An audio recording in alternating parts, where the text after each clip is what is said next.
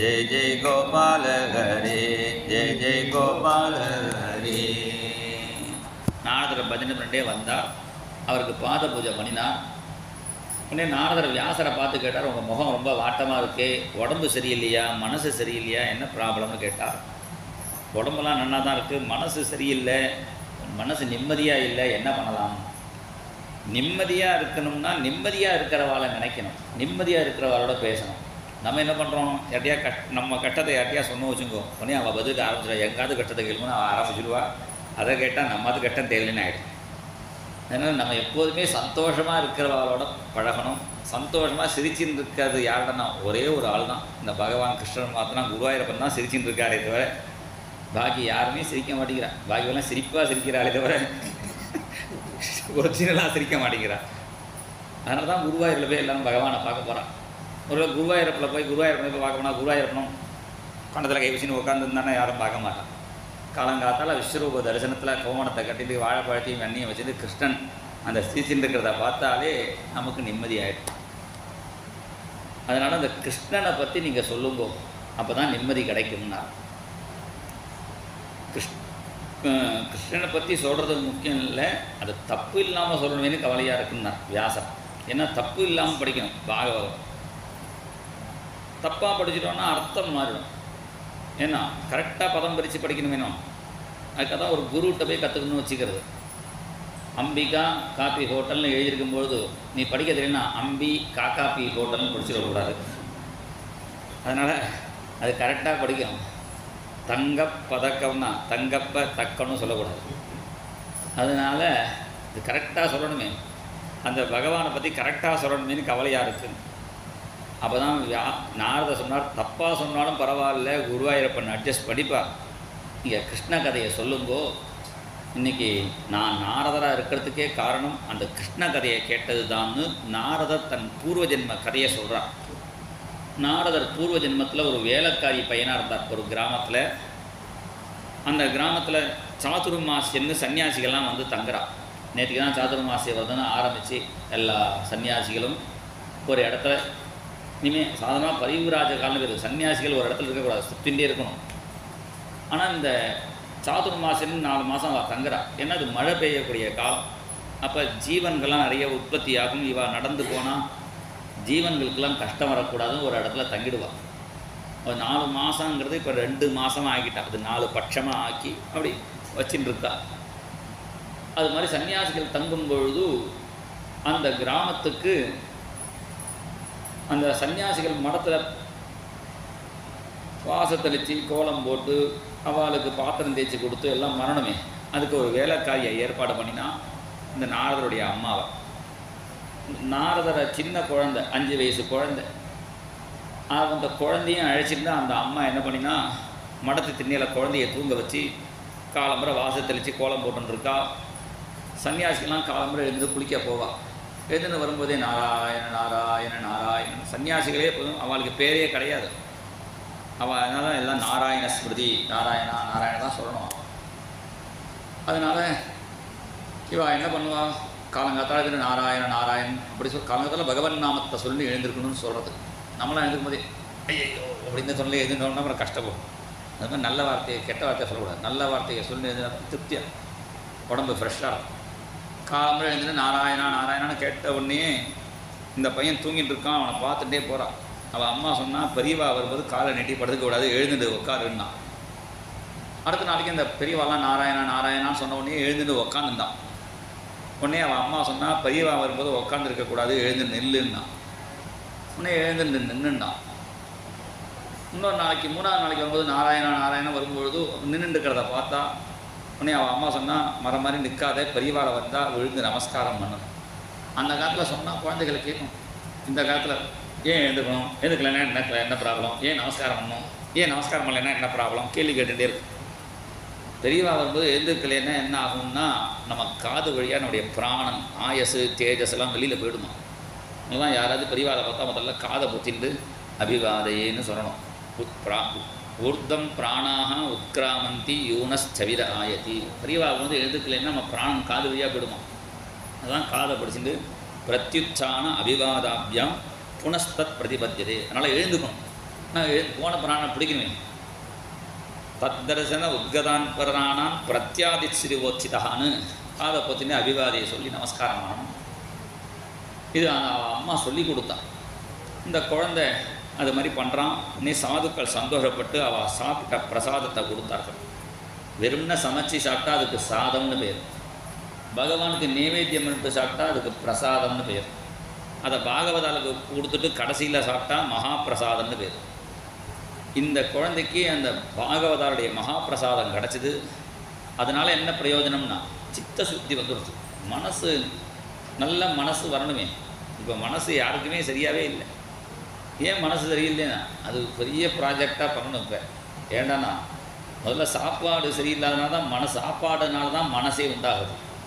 இந்த காலத்து குழந்தைகளுக்கு ஒன்றும் தெரிய மாட்டேங்குது. ஏன் நம்ம சமைக்கத்தானே ஹோட்டலில் சமைச்சு சாப்பிட்றான் கொடுக்குறான். ஏன் வாங்கி ஆர்டர் பண்ணி சாப்பிட்டா என்ன அப்படின்னு அன்னதாதா இப்போ சுகி பவான்னு சுகி பவா போய் சுகி பவான்னு ஆகிடுச்சு. சுகி தான் அன்னதாதாவாகிடுச்சு.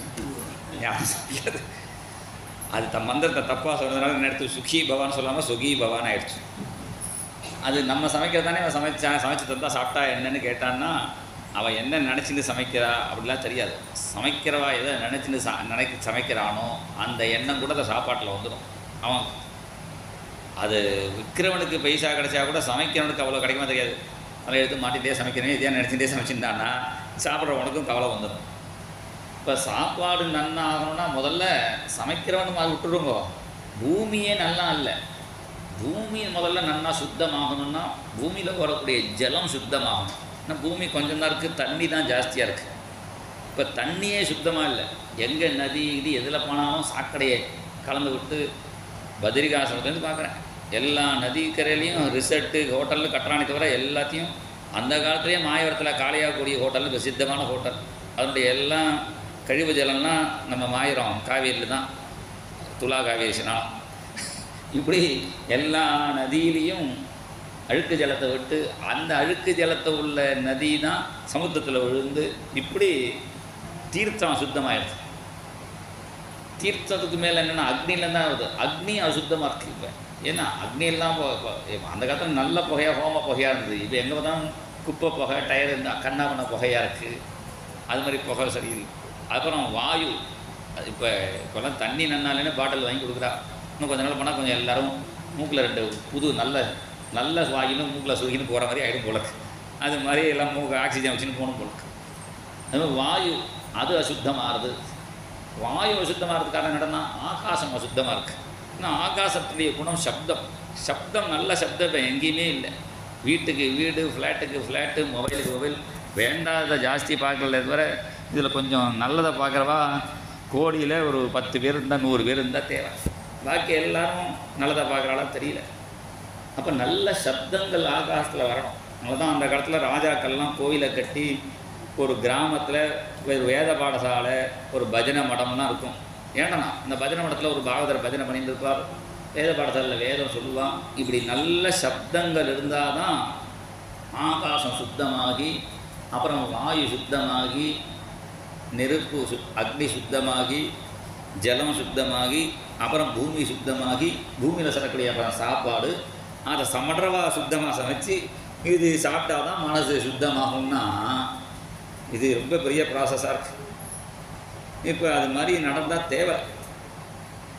அதுதான் அங்கங்கே மகான்கள்லாம் அவதாரம் பண்ணி நாம பிரச்சாரம் பண்ணி நாமத்தை சொல்லுங்கோ பாகவத்தை. ஏன்னா இப்போ யாருமே அந்த காலத்தில் எல்லோரும் டிவி பார்த்துட்டு இருந்தா.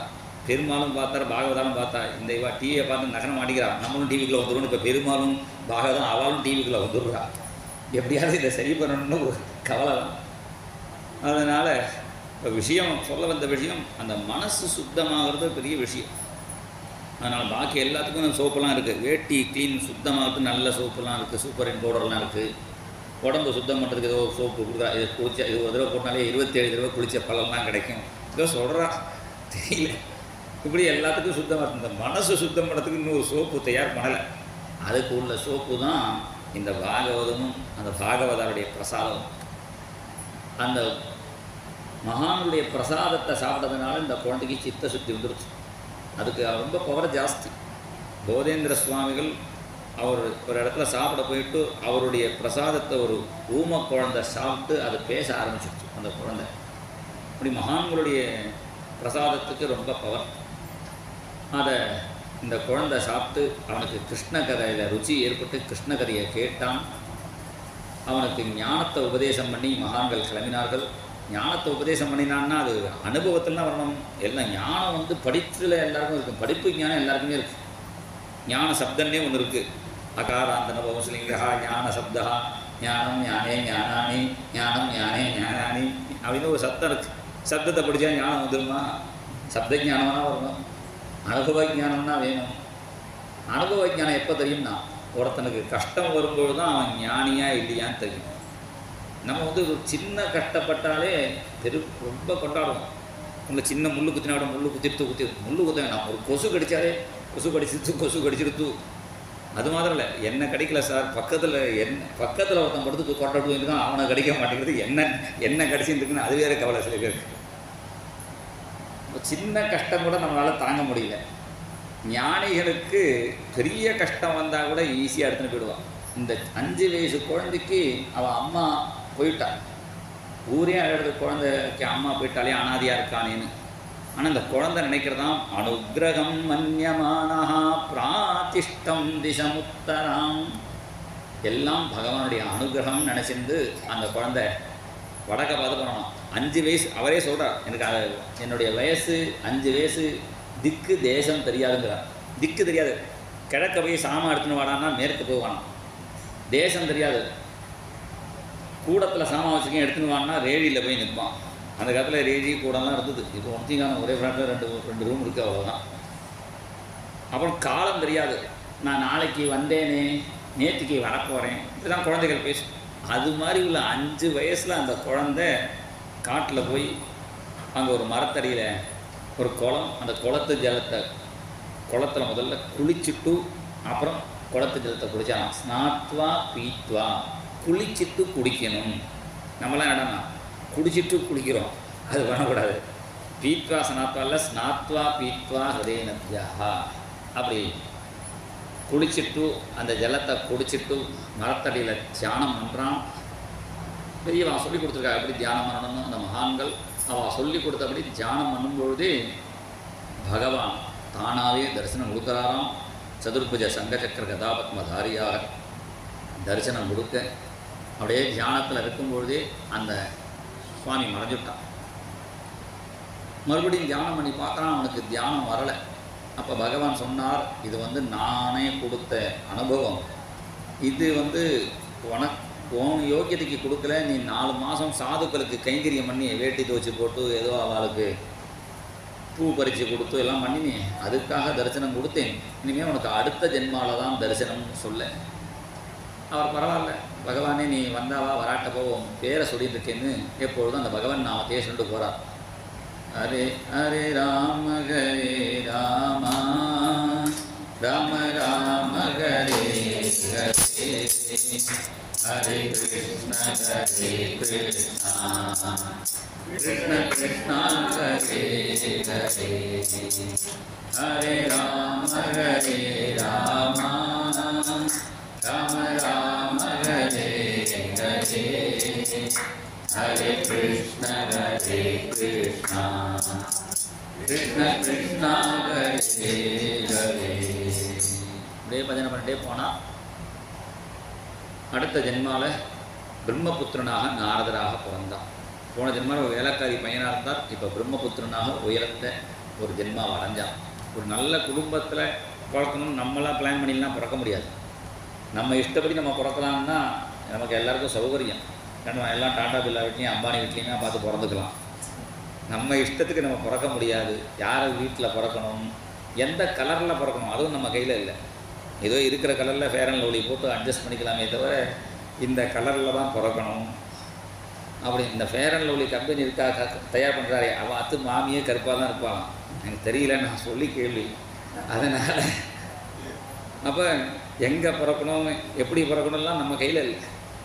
அது பகவான் பிறக்க வைக்கணும், அவள் கர்மானுசாரமாக.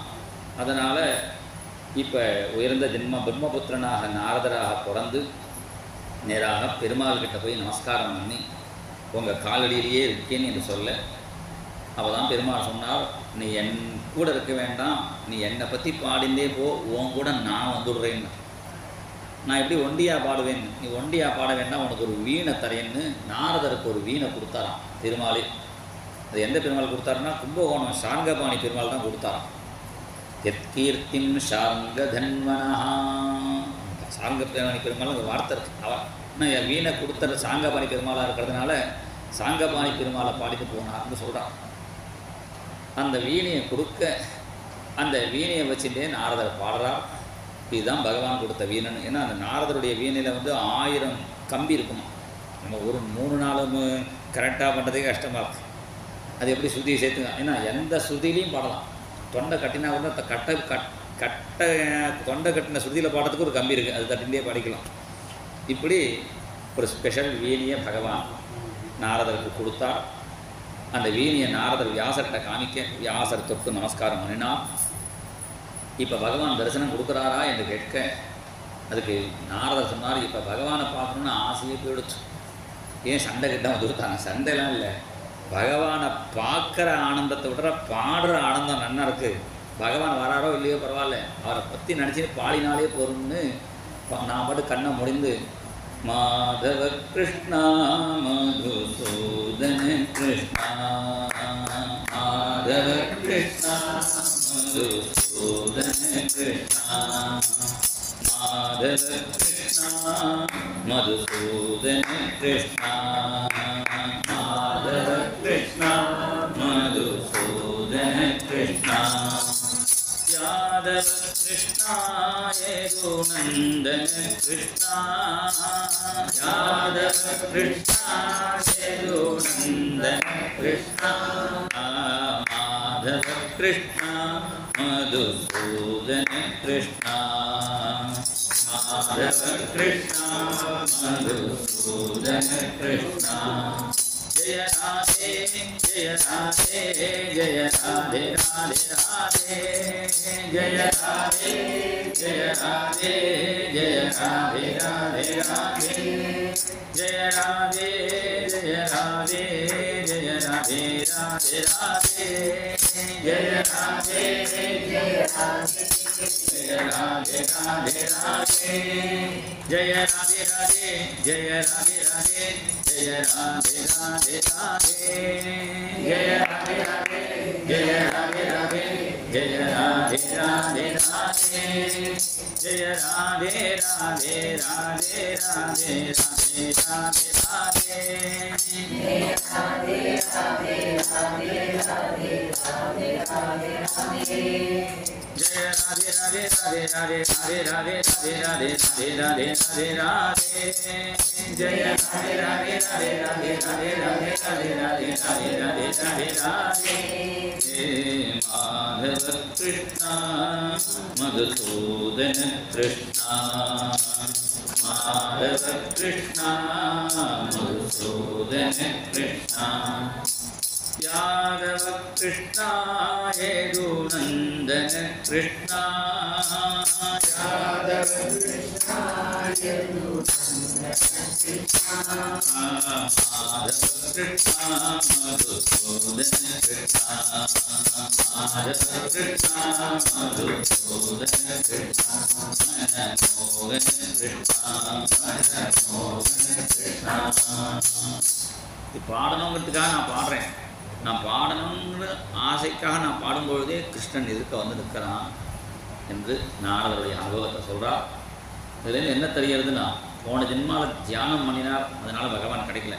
இப்போ கானம் பண்ணினார், பகவான் கிடச்சிட்டார். இப்போ தியானத்தை விட கானம்னா என்னென்னா, அஷ்டாங்க யோகத்தை விட பக்தி பண்ணுறது சுலபம் என்பது இந்த நாரத சரித்திரத்தினால் தெரிகிறது. நாரதர் போன பிறகு இவர் மறுபடியும் திருப்பி தியானத்தெல்லாம் வருது. மறுபடியும் தியானத்தில் இருக்கார் வியாசர்.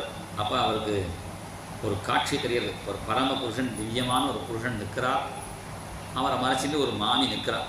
சில ஆற்றுல இருக்கிற மாதிரி. சில மாமாலாம் ஒல்லியாக இருப்பான், மாமி கொஞ்சம் குண்டாயிடுவான். அது அவள் உடம்பு வாகு. அது மாதிரி இந்த யாரோ மாமி மாமா நடிச்சிக்காயோ, கிருஷ்ணன் தான் நிற்கிறான். அவனை மறைச்சிட்டு மாயா மாமி நிற்கிறான். अपश्यत् पुरुषं पूर्वं मायां तद्उपाश्रयां यया सम्मोहितो जीवः ஆத்மானம் திரிகுணாத்மகம். இந்த மாயினால்தான் இந்த ஜனங்கள்லாம் இந்த உடம்பே நான் நினச்சிட்டு கஷ்டப்பட்டுருக்கா. அப்போ அவளுக்கு அந்த அஜ்ஞானம் நீங்கிறதுக்கு பக்தி பண்ணினா அந்த அஜ்ஞானம் நீங்கிடும். பக்தி வரத்துக்கு என்ன கிடைக்கும்? பக்திங்கிறது கடையில் கிடைக்காது. பக்தின்னு ஒன்று அகர்பக்தி ஒன்றா கிடைக்குமே தவிர பக்தி கிடைக்காது. இந்த பக்தி வரத்துக்காக தான் இந்த பாகவதத்தை எழுதினாராம். எஸ்யாம் வை சூயமானாயாம் கிருஷ்ணே பரமபூருஷே பக்திருத்பத்யதே பும்சः சோகமோக பயாபஹா. சோகம் மோகம் பயம். மோகத்தினால சோகம், சோகத்தினால பயம். அதெல்லாம் நீக்கக்கூடிய அந்த பக்தி வரத்துக்காக தான் பாகவதத்தை எழுதினார். அதை ஒரு 18,000 கிரந்தமாக எழுதி அவர் பையன் சுகருக்கு இதை உபதேசம் பண்ணினார் என்று சொல்ல, உடனே சௌனகாதி ரிஷிகள் கேட்டால், அந்த சுகர் ஊர் ஊராக சுற்றிட்டே இருப்பார், காட்டிலனா இருப்பார். ஏதோ ஞானிகள்லாம் படிக்க மாட்டான். ஏன்னா அவெல்லாம் படிப்பை தாண்டி போனவா. நம்மெல்லாம் படிக்கணும். சதாசிவ பிரம்மேந்திராளுக்கு படிக்கணும்னு அவசியம் இல்லை. கிம் பட்டனீயம் கிமபட்டனீயம் கிம்போத்தம்யம் கிமபோத்தம்யம் சர்வம் பிரம்மமயம். யாரோ பெரிய ராஜா ஒருத்தர் வந்தார். யார்? ஹிட்லரா யாரோ பெரிய ராஜா. அவர் இந்தியாவுக்கு வரும்பொழுது அங்கே ஒரு மகரிஷி மரத்தடியில் தியானம் பண்ணிட்டு இருந்தார். யாரோ அந்த ராஜா பற்றி ஞாபகம் இல்லை. அவர் வந்தோடனே எல்லாம் சொன்னால், என்னப்பா உட்காந்துருக்க, ராஜா வர உலகத்தையே ஜெயிச்சுட்டு வந்திருக்கா, எல்லாம் எழுந்து மரியாதை பண்ணிட்டு இருக்கா, நீ பாட்டு உட்காந்துருக்கேன். அதெல்லாம் கேட்கல. இவர் பாட்டு உட்காந்துட்டே இருக்கா. உடனே அவன் சொன்னான், உங்களை மதிக்காமல் ஒருத்தர் உட்காந்துருக்காருன்னு. உடனே அவன் கேட்டான், நான் யார் தெரியுமா? உலகத்தையே ஜெயிச்சுட்டு வந்திருக்கேன். அப்படியா? இன்னும் என்ன பண்ண போகிறேன்னு கேட்டான். இன்னும் பாக்கி என்னென்ன ஊருக்கோ எல்லாம் ஜெயிக்க போகிறேன். அப்புறம் ஆற்றுல போய் உட்காந்துருப்பேன். நீ முன்னாடி உட்காந்துருக்கேன், அப்போ தான் நான் உட்காந்துருக்கேன். உன்னோட நான் தான் பெரிய ஆளுங்க. அதனால் இந்த ஜெயிச்சுட்டு நீ திருப்பி ஊருக்கு போகிறியா உதயா? நீ என்ன பண்ணிட்டு இருக்க? எல்லா ஊரையும் ஜெயிச்சுட்டு நீ ஊருக்கு போயிட்டு சௌக்கியமாக இருக்க போகிறேன்னு நினச்சிட்டு இருக்க. நீ திரும்பி ஊருக்கு போவையானே உனக்கு தெரியாதுப்பான்னுட்டான். அது அப்புறமா அவன் ஜெயிச்சு திரும்பி போக முடியல. நடுவே பெரிய வியாதி போகிற மாதிரி ஆயிடுச்சு. அப்போ அவன் சொன்னான், நான் போகும்பொழுது என்னோடய இதை எடுத்துன்னு போகலே, அவளும் ஒரு பெட்டியில் வச்சுன்னா எடுத்துன்னு போவா. அந்த பெட்டியில் எடுத்துன்னு போகும்பொழுது என் கைக்கு மாத்திரம் 2 ஓட்டை பண்ணி அந்த கை வெளியில் அப்படி தெரிகிற மாதிரி எடுத்துன்னு போகணும். எதுக்குன்னு கேட்டால், அந்த சுவாமி சொன்னது சத்தியமாகிடுத்து. உலகத்தையே ஜெயிக்கணும்னு ஆசைப்பட்டு வந்தவன் கையில் ஒன்றும் இல்லாமல் போகிறான்னு எல்லாருக்கும் தெரியணும். அதுக்காக அப்படி எடுத்துன்னு போகணும். அப்போ ஞானிகள் படிக்க வேண்டிய அவசியம் இல்லை. அவள் அனுபவத்தில் தெரிஞ்சின்றவா. அந்த ஞானியான சுக்கர், அதுவும் பிருகதீமே தான். 700 ஸ்லோகம் பகவத்கீதை படித்தா பரவாயில்ல. 700 ஸ்லோகம் இல்லை, 18,000 கிரந்தம் பாகவதத்தையும் படித்தார் என்று கேட்க, இது அனுபவ கிரந்தம்ப்பா. அதனால் ஆத்மா ராமஸ்ச முனையா நிர்கிரந்தா அப்பிருக்கிரமே குருவந்தி அஹைதுகீம் பக்திம் இச்சம் பூத குணோகரிகி. அந்த ஞானிகளும் அந்த பகவானுடைய குணத்தை பார்த்து ஆசைப்பட்டு பாகவதம் படிக்கிறாப்பா. அப்பேற்பட்ட குணமுடையவன் பகவான் என்று சொல்லி அந்த சுக்கர் தான் படித்த பாகவதத்தை பரீட்சித்துக்கு சொன்னார் என்று சொல்ல, பரீட்சித்து யார்? அவன் கதையை சொல்லுங்கோ என்று கேட்க, மகாபாரதத்தில் பஞ்சபாண்டவாள் இருக்காளே, அவளுடைய பேரன் தான் பரீட்சித்து. அந்த பஞ்சபாண்டவர்கள் மகாபாரத யுத்தம் முடிச்சுட்டு படுத்துருக்கும் பொழுது, பஞ்சபாண்டவால் இல்லை, அந்த பஞ்சபாண்டவா குழந்தைகள் படுத்து தூங்கும் பொழுது அஸ்வத்தாமாங்கிறவன் அந்த குழந்தைகளை வதம் பண்ணினான். இதை பார்த்து திரௌபதி கிருஷ்ணானும் பகவானை கூப்பிட்டால், பகவானும் அர்ஜுனனும் திரௌபதியை சமாதானம் பண்ணி அந்த அஸ்வத்தாமாவை பிடிச்சி கொண்டு வர, அஸ்வத்தாமா தான் பண்ணியிருக்கான்னு தெரிஞ்ச உடனே காலில் விழுந்துட்டான். இவர் நம்ம குருபுத்திரன் விட்டுடுமோன்னா. உடனே பீமன் சொன்னான், தப்பு யார் பண்ணினாலும் தண்டனை கொடுக்கணும், அதுதான் சட்டம். விட்டு அவாய்வான்னு பார்த்துட்டு எல்லாரையும் போனால் பார்த்து விட்டுட்டே இருந்தால் தப்பு ஜாஸ்தியாக போயிடும். அதனால தான் கல்ஃபு கண்ட்ரிலாம் பாருங்கோ, விடுறதே கிடையாது. எந்த உடம்புனால தப்பு பண்ணாலும் கையோடு வெட்டிடுவான். அப்போ தான் மரியாதையாக இருப்பாள். நம்ம ஊரில் தான் எல்லாரும் யாராக இருந்தாலும் ஃப்ரீயாக விடுன்னு சொல்லி தப்பு ஜாஸ்தியாக போடும். தண்டனை கொடுத்தா தான் நாடு சரியாகும்.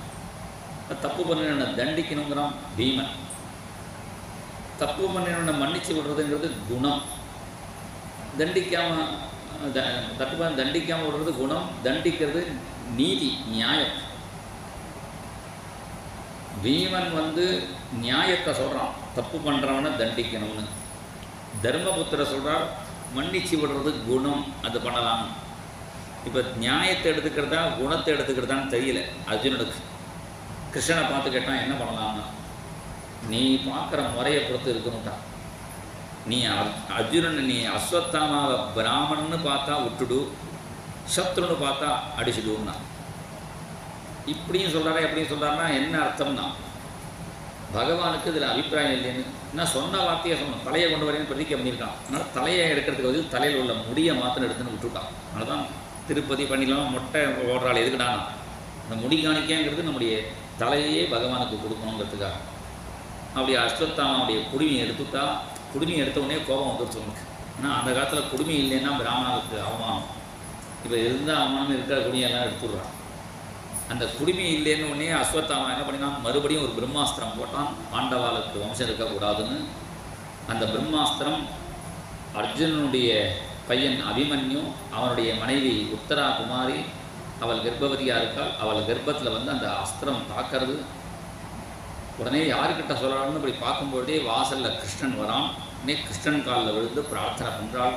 பாகி பாகி மகாயோகின் தேவதேவ ஜெகத்பதே நானியம் பதபயம் பஸ்யே யத்ர மிருத்யு பரஸ்பரம் அவித்ரவதி மாமீச சரஸ்தப்தாயசோ விபோ காமம் தகது மாம் நாசா மாமே கர்ப்போணி பாத்தியதாம் பாகி பாகி மகாயோகின்.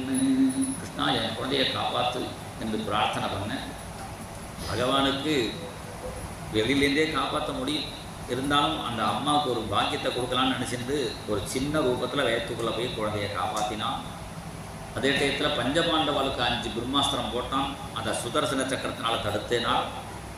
இதெல்லாம் பார்த்து ஆச்சரியப்பட்டு குந்தி பகவான் காலில் விழுந்து பிரார்த்தனை பண்ணுறாள். கிருஷ்ணாய வாசுதேவாய தேவகீ நந்தனாய நந்தகோபகுமாராய கோவிந்தாய நமோ நமः. நமः பங்கஜநாபாய நமः பங்கஜமாலினே நமः பங்கஜநேத்ராய நமஸ்தே பங்கஜாங்கிரயே. குட்டி ஸ்துதின்னு நமஸ்தே புருஷம் பாத்தியன்னு அழகான ஸ்தோத்திரம். இந்த ஸ்துதி ரொம்ப நன்னா இருக்குது. இது நடுவில் ஒரு ஸ்லோகம் இருக்குது, அதுதான் கொஞ்சம் சொல்கிறதுக்கு பயமாக இருக்குது. ஏன்னா எல்லாரும் ஆபத்து நீங்கணும்பா, ஆபதாம் வகர்த்தாரம் தாத்தாரம் சர்வசம்பதாம்பா. இந்த குந்தி ஸ்துதியில் ஒரு ஸ்லோகம் இருக்குது. இது என்ன ஸ்லோகம்னா, விபத சந்து நஸ்வத் தத்ர தத்ர ஜெகத்குரு. எனக்கு அடிக்கடி ஆபத்தை கொடுங்குறான். ஏன்னா அவள் குடும்பத்தில் அடிக்கடி ஆபத்து வந்துட்டு இருந்தது. அந்த ஆபத்து வரும்போதெல்லாம் கிருஷ்ணன் காப்பாற்றிட்டே இருந்தார். அதனால் கிருஷ்ணா நீ அடிக்கடி ஆபத்து, இப்போ துரியோதனை இருக்கிறவங்களையும் ஆபத்து கொடுத்துட்டு இருந்தால் நீ ஆற்றுக்கு வந்துட்டே இருந்த. இப்போ துரியோதனன் போயிட்டான், அதனால் எனக்கு ஆபத்து வராது போல இருக்கு, நீயே ஆபத்தை கொடுத்து நீயே காப்பாற்றுக்கிறான். பவதோ தரிசனம் எத்ஸ்யாத் அபுனர்பவ தரிசனம் என்றெல்லாம் பிரார்த்தனை பண்ணினால். அப்புறம் பகவான்கிட்ட சொன்னால், நீ பாட்டு எங்களை விட்டுட்டு போனால் எங்களை யார் காப்பாற்றுவா? அதனால் எப்படி பலிச்சக்கரவர்த்தி வீட்டு வாசலில் கதாதாரியாக இருக்கிறையோ, யதா இதானியும் கதாதர பொற்பதை அங்கிதா பாதி ஸ்வலட்சண இலட்சிதை. ஏன்னா கிருஷ்ணனே ரொம்ப நேரம் இந்த ஸ்தோத்திரம் பண்ணுறதுனா என்னமோ தெரியல, கதையை வச்சுன்னு சாஞ்சினே நின்றுட்டான். எப்போல்லாம் கொஞ்சம் டயர்டாக இருக்கோ அப்போ கிருஷ்ணன் இந்த கதையை சப்போர்ட் வச்சுன்னு, சில பேர்லாம் நேராக நிற்க முடியலாம், கொஞ்சம் நேரம் பண்ணி செவத்தில் சாஞ்சின்றுவா, அந்த பக்கத்தில் தூணில் சாஞ்சிப்பா. அது மாதிரி கிருஷ்ணன் இந்த சத்ருபூஜத்தில் கதை ஒன்று வச்சுருக்காரோனும், அது சௌரியம். ரொம்ப நேரம் நின்று அது சாஞ்சின்னு அப்படின்னுப்பா. ராசலீலையில் கூட கதாபிரதாங்கிறார். ராசலீலையில் இருக்கு கதை பரதன்னா, ஒரு குண்டு கோபி போல இருக்கு, கிருஷ்ணன் மேலே சாஞ்சிவிட்டா. கிருஷ்ணனால் ஸ்டடியாக நிற்க முடியலன்னு கதையை வச்சுட்டாங்க கையில் கதை. அப்படி எங்கள் குருநாதர் அழகாக சொல்லுவார். அப்படி கிருஷ்ணன் கையில் கதை வச்சுட்டு இருக்கான். அதனால் குந்தி சொன்னால், இந்த கரியை வச்சுன்னு எப்படி பலிச்சக்கரவர்த்தி வாசலில் நிற்கிறையோ அது மாதிரி எங்களையும் காப்பாற்று என்று சொல்ல, உடனே கிருஷ்ணனும் அங்கேயே ரெஸ்ட் எடுத்துருக்கான். கொஞ்சம் நேரம் சொல்லலாமா? கிருஷ்ணன் அங்கேயே இருக்கான். காலங்காத்தால் தர்மபுத்திரர் கண்ணனை பார்க்க வரா. கண்ணன் தியானம் பண்ணிட்டுருக்கா. உடனே தர்மபுத்திரருக்கு ஆச்சரியமாக இருக்குது. எல்லாரும் கண்ணனை பகவானை தான் தியானம் பண்ணுறா, இங்கே பகவானும் தியானம் பண்ண உட்காந்துருக்கா. அவருக்கு மேலே ஒரு ஆள் இருக்கார் போல இருக்குன்னு தர்மபுத்திரர் வந்து கேட்டார், நீ யாரை தியானம் பண்ணுறேன்னு கேட்டார். உடனே கிருஷ்ணன் சொன்னான், எல்லாருக்கும் 1-2 தெய்வம் இருக்கும், இஷ்ட தெய்வம், குல தெய்வம், கிராம தெய்வம்னு. எனக்கு ஏகப்பட்ட தெய்வம். சில பேர் ஒவ்வொரு ஊருக்கும் போயிட்டு அந்தந்த ஊர் ஞாபகமாக ஃபோட்டோ சுவாமி வாங்கிட்டு வந்து கடைசியில் சுவாமி உள்ள சுவாமிக்கே நிற்கிறது கிடையாது, ஒன்று கொண்டு இடிச்சுட்டு இருக்கிற மாதிரி ஆகிடும். அது மாதிரி ஆகிடுச்சு. எனக்கு ஏகப்பட்ட தெய்வங்கள். உன் தெய்வத்துடைய பேர் என்னன்னு கேட்டார். உடனே பகவான் பெரிய லிஸ்ட்டு கொடுக்குறார். பிரஹ்லாத, நாரத, பராசர, புண்டரீக, வியாசாம்பரீஷ, சுகசௌனக, பீஷ்மதாபியான், ருக்மாங்கதார்ஜுன, வசிஷ்ட, விபீஷணாதீன் புண்ணியானிமான் பரம பாகவதான் ஸ்மராமி. பகவான் பக்த பக்திமான். எனக்கு என்னுடைய பக்தர்கள் தான் தெய்வம். ஒவ்வொரு நாளுக்கு ஒவ்வொரு பக்தனை தியானம் பண்ணுவேன். ஏன்னா ஏகப்பட்ட சுவாமியாக இருந்தால் எல்லாத்தையும் குளிப்பாட்டணும்னு ஆரம்பித்தான்னா 1000 அது ஒரு 4-5 மணி நேரம் ஆகும். அதுக்கு டெக்னிக்கலாக என்னென்னா ஒவ்வொரு நாளைக்கு ஒரு சுவாமியை வச்சு அபிஷேகம் பண்ணிட்டு இருந்தோம்னா 10 நிமிடத்தில் ஒரு மாதத்தில் முடிச்சிக்கலாம். அதனால் இவர் கிருஷ்ணன் சொன்னால் ஒவ்வொரு நாளைக்கு ஒவ்வொருத்தரை தியானம் பண்ணுவேன். அப்பயும் பீஷ்மர் விடலை தர்மபுத்திரர். இன்றைக்கி யாரை தியானம் பண்ணேன், எந்த பக்தனன்னு? இன்றைக்கி நான் பீஷ்மரை தியானம் பண்ணுறேன். ஏன்னா அவர் அங்கேருந்து என்ன தியானம் பண்ணுறான்? யார்? பீஷ்மர். சரதல்பகதோ பீஷ்ம சாமியன் நிவகுதாசனா மாம் ஜாதி புருஷம் வியாக்ரஹ தஸ்மான் மே தத்கதம் மனஹ. அங்கே சரதல்பத்தில் படுத்துட்டு பீஷ்மன் என்ன தியானம் பண்ணுறான். அதனால் இங்கே உட்காந்துட்டு நான் அவரை தியானம் பண்ணுறேங்கிறார் பகவான். அந்த பீஷ்மரை பார்க்க போகிறேன் என்று சொல்ல, இன்னும் தர்மபுத்திராதிகள் நாங்களும் வரோன்னு சொல்ல எல்லாருமா சேர்ந்து அந்த பீஷ்மரை பார்க்க வரா. ரொம்ப ஆச்சரியமான கட்டம் வர எங்கள் குருநாதன். இது ரொம்ப ஆச்சரியமான இடம்னா, தர்மக்ஷேத்திரமான குருக்ஷேத்திரத்தில் தர்மப்பிரபுவான பகவானை வச்சுண்டு தர்மத்தினுடைய அவதாரமான தர்மபுத்திரருக்கு தர்மம் சொல்கிறதுக்கே பிறந்த பீஷ்மர் தர்மங்கள்லாம் சொல்ல போகிறாருன்னு எல்லா ரிஷிகளும் எல்லா முனிவர்களும் கூட்டமாக வந்து நிற்கிறார். எல்லாரையும் பார்த்து பீஷ்மர் நமஸ்காரம் பண்ணினார். கடைசியில் தர்மபுத்திரரை பார்த்து சொன்னால், தர்மபுத்திரா, இப்போ உனக்கு கௌரவாதிகளை வதம் பண்ணி உனக்கு பட்டாபிஷேகம் பண்ண போகிறானே, அது அனுகிரகம் நினச்சிக்காத. நம்ம கடைசி காலத்தில் பகவான் நம்ம முன்னாடி வந்து நிற்கணும். அதுதான் உண்மையான அனுகிரகம். நான் கிருஷ்ணனுக்கு லெட்டரை போடலை, மனசுலான்னு நினச்சினேன். கிருஷ்ணா அவனை பார்த்துட்டு போனால் தேவலையே நினச்ச உடனே வந்து நிற்கிறான் பார் குடும்பத்தோட. இதுதான் உண்மையான அனுகிரகம். இத்துனா தோ கர்ணா சுவாமி. அழகான ஒரு பிரார்த்தனை உண்டு ஹிந்தியில்.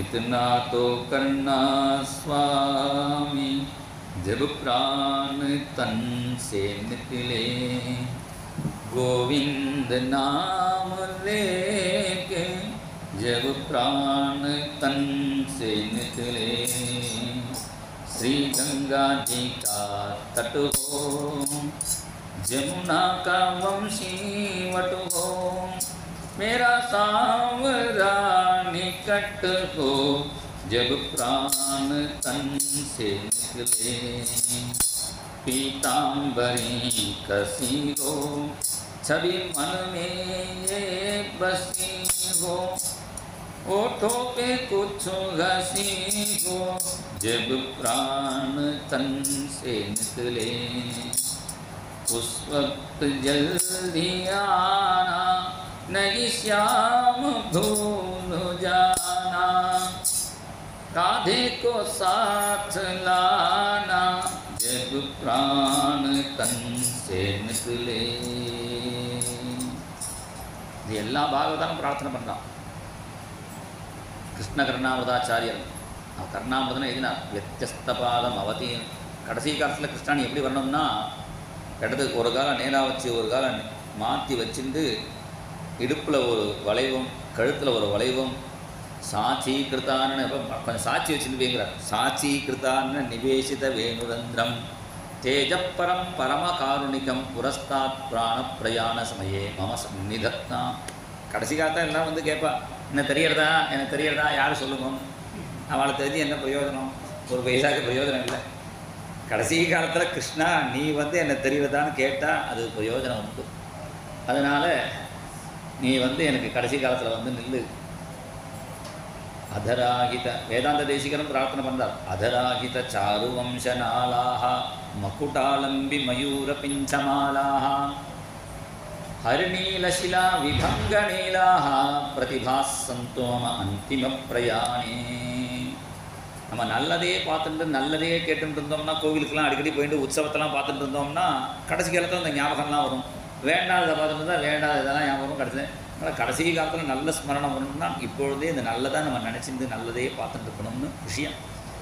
அதனால் பீஷ்மருக்கு அந்த கடைசி காலத்தில் பகவான் வந்து நிற்க, பீஷ்மர் முதல்ல தர்மங்கள் எல்லாம் தர்மபுத்திரருக்கு சொல்லி கொடுத்துட்டு, தர்மங்கள் சொல்லிவிட்டு அப்புறம் தர்மத்தினுடைய சாரமாக, ஏன்னா தர்மம் நிறைய இருக்குது, அதனால் சுத்வா தர்மான சேஷேன பாவனாணி ச சர்வசா யுதிஷ்டிர சாந்தர்மம் புனரேவாப்ய பாஷத. மறுபடியும் கேள்வி கேட்டார், கோ தர்ம சர்வ தர்மானாம் பவத பரமோமதா. தர்மத்திலே சிறந்த தர்மம் எது? கிமேக்கம் தெய்வதம் லோகே. ஏகப்பட்ட தெய்வத்தை சொன்னாலும் எனக்கு ஜெபம் பண்ணுறதுல டைம் இல்லை. ஏதாவது ஒரு தெய்வம் ஒரு மந்திரம் சொல்லுங்க. உடனே சொன்னால் ஜெகத் பிரபும் தேவதேவம் அனந்தம் புருஷோத்தமம் ஸ்துவன் நாம நீ ஒன்றும் பண்ண வேண்டாம், இந்த கிருஷ்ணனை பிடிச்சிக்கோ, சகசரநாமத்தை சொல்லுன்னு சகசரநாமத்தை உபதேசம் பண்ணினா. உடனே பார்வதிக்கு அது வேற கவலை. இந்த சகசரநாமம் சொல்கிறதுக்கே 25 நிமிஷம் ஆகும் போல இருக்குது. மாமி மேலே சொன்னால் 15 நிமிஷத்தில் முடிஞ்சோம். கொஞ்சம் ஸ்லோவாக எம்எஸ் சுப்புலட்சுமி மாதிரி சொல்லணும். அது சொன்னால் 1/2 மணி ஆகும். அதனால் நம்ம சகசரநாமம் ஃபுல்லாக சொல்லாடத்துக்கு சொல்லாமல் ஈஸியாக சொல்கிறதுக்கு என்ன வழின்னு கேட்டால், கேனோ பாயே நல்ல குணா ஈஸ்வரன் சொன்னார். அதுக்கும் ஒரு வழி இருக்குது. ஸ்ரீராம ராம ராமேதி ரமே ராமே மனோரமே சஹஸ்ரநாம தத்துல்யம் ராம நாமவதாரணே. ராமராமா சொன்னால் போகும், அதையும் சொன்னார். அப்படி சஹஸ்ரநாம தர்மத்தையும் உபதேசம் பண்ணிட்டு அப்புறம் பீஷ்ம ஸ்துதின்னு இங்கே சொல்கிறார். இதிமதி ரூபகல்பிதா வித்ருஷ்ணா பகவதி சத்வத புங்கவே விபும்னி ஸ்வசுகமுபகே क्वचित् விகர்த்தும் பிரகிருதிமுபேயுஷி யத்பவ பிரவாஹா. கிருஷ்ணா, என்னுடைய புத்தியை நான் சமர்ப்பணம் பண்ணுறேன், உன்னுடைய அழகையே நினைக்கிறேன். நீ 10 நாள் யுத்தம் பீஷ்மர் பண்ணினாரே, அந்த 10 நாள் யுத்தத்தில் அந்த பார்த்தசாரதியான பகவானை பார்க்குறார். பார்த்தசாரதி அப்பேற்பட்ட அழகான ரூபம். அந்த பார்த்தசாரதி மீசை கீசை வைக்கிறாள், இதுவரை மீசை இல்லாமல் ஒரு நாளைக்கு ஏதோ தரிசனம் கொடுக்குறாங்கிறான். அன்றைக்கி போய் பார்க்கணும். அன்றைக்கி பார்த்தா என்ன மீசை கீசை வச்சா வெள்ளை மீசையை வேறு வைக்கிறாள், அது வயசான மாதிரி இருக்குது. அப்படி இல்லாமல் அந்த மீசை இல்லாமல் ஒரு நாள் தரிசனம் உண்டு. அந்த டயத்தில் போய் பார்த்தான்னா அழகாக இருப்பார் அந்த பார்த்த சாரதி. அதுதான் பீஷ்மாச்சாரியர், துரோணாச்சாரியர், கிருபாச்சாரியர் எல்லாம் ஆச்சாரியால் தானே. இந்த நல்ல மனுஷாலாம் நியாயமாக என்ன பண்ணணும், பாண்டவா கட்சியில் தான் சேரணும். எல்லாம் பாண்டவா கட்சியில் சேராமல் எல்லாம் எதிர்கட்சியில் போய் துரியோதன கட்சியில் போய் உட்காந்துருக்கா. ஏன் இவாள்லாம் எதிர்கட்சியில் உட்காந்துட்டான்னா, அவள்லாம் நினச்சா பஞ்சபாண்டவா கட்சியில் சேர்ந்தால் அந்த துரியோதன முகத்தில் முடிக்கிற மாதிரி இருக்கும். அது வேண்டாம் போ. அந்த எதிர்கட்சியில் போய் இருந்தால் தான் கிருஷ்ணனை பார்க்கலாம், அந்த பார்த்த சாரதியை பார்க்கணுங்கிறதுக்காக தான் இந்த ஆச்சாரியெல்லாம் கூட எதிர்கட்சியில் இருந்து அந்த பார்த்த சாரதியை பார்க்குறார்கள். நியாயமாக பாண்டவா கட்சியில் இருக்கிறவாள் கூட சொர்க்கந்தான் கிடச்சிது, துரியோதன கட்சியில் இருந்தவாளுக்கு மோட்சம் கிடச்சிதுங்கிறார். ஏண்டா துரியோதன கட்சியில் இருக்கிறவா எல்லாரையும் அர்ஜுனன் அடிக்கிறான்னு அம்பை போட்டு அடிக்கும்பொழுது அந்த அம்பை வாங்கி அந்த பார்த்த சாரதியை பார்த்துட்டே போனதுனால பார்த்தாஸ்திர பூதாக பதமா பூரஸ்யே அவளுக்கு மோட்சமே கிடச்சிருத்தான். விஜய அதுக்குன்னு எல்லாம் எதிர்கட்சியில் சேராங்க, நம்ம கட்சியில் தான். விஜய ரத குடும்ப அர்த்ததோத்ரே திருதகயரஸ்மினி தத்ஸயட்சணீயே பகவதி ரதிரஸ்துமே முமூர்ஷோ எமிக நிரீட்சிய ஹதாகதா ஸ்வரூபம். எமிக நிரீட்சிய ஹதாகதா ஸ்வரூபம். உண்மையிலே பார்த்தசாரதினா புருத்தானா குந்தியனுடைய பையன் பார்த்தன். 5 பேரும் பார்த்தா தான் இருந்தாலும் நம்ம பார்த்தோன்னா அர்ஜுனன் நினச்சின்றோம். 5 பேரும் 3 பேர் தர்மபுத்தர், பீமன், அர்ஜுனன் 3 பேர் பிருத்தாயினுடைய குழந்தைகள் தான். இருந்தாலும் நம்ம பார்த்தன்னு அர்ஜுனனை சொல்லிட்டு இருக்கோம். சமஸ்கிருதம் சொன்னால் பார்த்த சாரதினா அர்ஜுனுடைய சாரதின்னு அர்த்தம். தமிழில் சொன்னால் பார்த்த சாரதி துரியோதன கட்சியில் இருந்த எல்லாரும் பார்த்து பகவான் ஆனதுனால அவெல்லாம் பார்த்த சாரதி அப்படின்னு வச்சுக்கலாம். அப்படி எல்லாருக்கும் பகவான் அனுகிரகம் பண்ணி கடைசியில் பீஷ்மருக்குன்னு ஸ்பெஷல் அனுகிரகம். சக்கரதாரியாக பார்க்கணுன்னு பிரதிஜை பண்ணிவிட்டான். அந்த பீஷ்மர் பகவானோ ஆயுதம் எடுக்க மாட்டேன்னு பிரதிஜை பண்ணிவிட்டான். அவரோ சக்கரதாரியாக பார்க்கணும் பிரதிஜை பண்ணிவிட்டான். அப்போ பார்த்தா நம்ம பிரதிக்கையும் மிஸ் ஆகக்கூடாது. இந்த டெக்னிக்கெல்லாம் கிருஷ்ணன்ட்ட கற்றுக்கணும். அவன் பிரதிக்கு மிஸ் ஆகக்கூடாது. என்ன பண்ணினான்னா வண்டி சக்கரத்தை எடுத்துட்டா. திருத்த ரச்சரணோபியா சலத்து. வண்டி சக்கரத்தை எடுத்துன்னா அவர் சக்கரதாரியாக பார்க்கணும் சொன்னார், சுதர்சன சக்கரதாரியாக பார்க்கணும் சொல்ல. வண்டி சக்கரத்தை எடுத்து காமிச்சோன்னா அவரை பிரதிக்கையும் நிறைவேற்றின மாதிரி ஆகிடும், நம்ம பிரதிக்கையும் விடாத மாதிரி ஆகிடும்னு திருத்த ரச்சரணோபியா சலத்து ஹரிவ ஹந்துமிபம் கதோத்தரியா அப்படி அவருக்கு தரிசனம் கொடுத்து இப்பயும் பகவான் பஞ்சாயுதங்களோட தரிசனம் கொடுக்குறாராம். அதனால தான் பீஷ்மர் சஹஸ்ரநாமத்தில் கடைசியில் இதை 5 சொல்கிறார். சங்கபிருன் நந்தகி சக்ரி சார்கதன்வா கதாதரா ரசாங்கபாணி ரக்ஷோபிய சர்வ பிரஹரணாயுதா. இதில் 5 வந்துடுத்து. சங்கபிருத்து நந்தகி சங்கம் வச்சுருக்கார், நந்தகம் கத்தி வச்சுருக்கார். சங்கபிருன் நந்தகி சக்ரி சக்ரினா சக்கரம் வச்சுருக்கார். சார்கதன்வா சாரங்கம் வில்லு வச்சுருக்கார். கதாதரா கதை வச்சு 5 ஆயுதம் வந்துடுத்து. மறுபடியும் என்ன சொல்கிறார்? ரசாங்கபாணி ரக்ஷோபியா. மறுபடியும் ரசாங்கபாணின்னு ஏன் சொல்கிறார்னா அவருக்காக சக்கரத்தை வண்டி சக்கரத்தை எடுத்து காமிச்சாரே அதை ஸ்மரிச்சிக்கிறார். ரசாங்கபாணி ரக்ஷ. அதனால தான் சர்வ பிரகரணாயுதா. கிடைக்கிறதுலாம் ஆயுதமாக யூஸ் பண்ணுறோம். பல்லவனுக்கு புல்லாயுதங்கிற மாதிரி எதையும் ஆயுதமாக யூஸ் பண்ணுவாங்கிறதுனால தான் சர்வ பிரகரணாயுதான்னு. ஏன் இந்த 5 ஆயுதங்களோட தரிசனம் கொடுக்குறாருன்னா அந்த பீஷ்மர் வந்து வீரன். பெரிய வீரர்கள்லாம் போனோன்னா அவன் வந்து மிலிட்ரி ஆர்டர்பாலே ஏதோ 20 குண்டுகள் ஏதோ எத்தனையோ கணக்கு சொல்கிறான். அத்தனை குண்டுகள் முழங்க சல்யூட் அடித்து அனுப்புகிறாளே அது மாதிரி அவருக்கு மிலிட்ரி ஆர்டர் மாதிரி எல்லா ஆயுதங்களோட தரிசனம் கொடுத்து அந்த பீஷ்மருக்கும் முக்தியை கொடுத்து தர்மபுத்திரருக்கு பகவான் பட்டாபிஷேகம் பண்ணுறார். என்ன அர்த்தம்னா தர்மம் தான் தர்மபுத்திரர், அவருடைய சக்தி தான் திரௌபதி, துரியோதனன் தான் கலிபுருஷன். இந்த கலி வந்து இந்த தர்மத்துடைய சக்தியை கெடுக்கும். அப்போ திரௌபதி என்ன பண்ணினா கிருஷ்ணான்னு கூப்பிடும்பொழுது கிருஷ்ணன் வஸ்திரத்தை கொடுத்து காப்பாற்றி தர்மபுத்திரரை சௌக்கியமாக வச்சாருன்னா என்ன அர்த்தம்னா கலியுகத்தில் தெய்வத்துடைய சக்தியை குறைக்கும். அதுதான் அந்த கோவிலெல்லாம் திருட்டு போகிறது அங்கே நடக்கிறதுலாம் சொல்கிறாளே. ஏண்டாண்ணா அந்த சக்தி குறையிறதுனால இப்போ தெய்வங்களுடைய சக்தி ஜாஸ்தி ஆகிறதுக்கு என்ன பண்ணணும்னா நிறைய பகவன் நாமத்தை சொல்லணும். அதனால தான் திரௌபதி கிருஷ்ணான்னு கூப்பிட்டா உடனே பகவான் காப்பாற்றினான்னு வருது. எங்கள் குருநாதர்கிட்ட நிறைய பேர் சொல்லுவாள் கோவில் திருப்பணி நடக்கணும், கோவில் திருப்பணி நடக்கணும். உடனே எங்கள் குருநாதர் என்ன பண்ணுவார், அந்த கோவிலுமே ஹரேராமா சொல்லுவார் 24 hours அகண்ட நாமம். அது சொன்னான்னா என்ன ஆகிடும், இப்போ கோவில் புதுசாக கட்டதில்லை, அந்த காலத்தில் கட்டின கோயிலை மெயின்டைன் பண்ணுறதே கஷ்டம். எப்பேற்பட்ட கோவில் ஒன்றும் அப்பேற்பட்ட பிரம்மாண்டமான கோவிலை அது மெயின்டைன் பண்ணாமல் போட்டு எப்படியா அழிக்கணும்னு நினைக்கிறா. அதுக்குன்னு ஒரு ஹெச்ஆர்என்சியில் அப்படி இல்லாமல் அதை நீ வந்து கும்பாபிஷேகம் நம்ம பண்ணுறனா கூட சரி நான் பண்ணலாம், நீ பண்ணுனா பரவாயில்ல, நீ கும்பாபிஷேகம் பண்ணுறதுக்கு எனக்கு 5 லட்சத்தை கொடு அப்படிங்கிறான். போராத்துக்கு நீ தனியாக வேறு ஆளை வச்சுக்கோ. இப்படிலாம் எவ்வளோ அயோக்கியத்தனமும் நடந்துருக்கு. அதெல்லாம் மாறி அதுக்கு கும்பாபிஷேகம் நடக்கணும்னா எங்கள் குருநாதர் என்ன பண்ணுவாள், அங்கே போய் பகவன் நாமத்தை சொல்லுவாள். சொன்னால் நானாவே ஸ்பான்சர்லாம் வருவாள், கரெக்டாக அந்த கும்பாபிஷேகம் நடக்கும். ராஜராஜ சோழன் பிருகதீஸ்வரர் கோவிலை கட்டினான் பெருசாக பிரம்மாண்டமாக கட்டிட்டு கடைசியில் கும்பாபிஷேகம் முடிஞ்சு அந்த ஐசான்ய மூலையில் வந்து விழுந்து ஒரு நமஸ்காரம் பண்ணினான். உடனே கேட்டா மந்திரிகள்லாம் யாருக்கு நமஸ்காரம் பண்ணுறேன்னு. இது வந்து இந்த நமஸ்காரம் பகவானுக்கு இல்லை, நான் கோவிலை கட்டிட்டேன் அது விஷயம் இல்லை.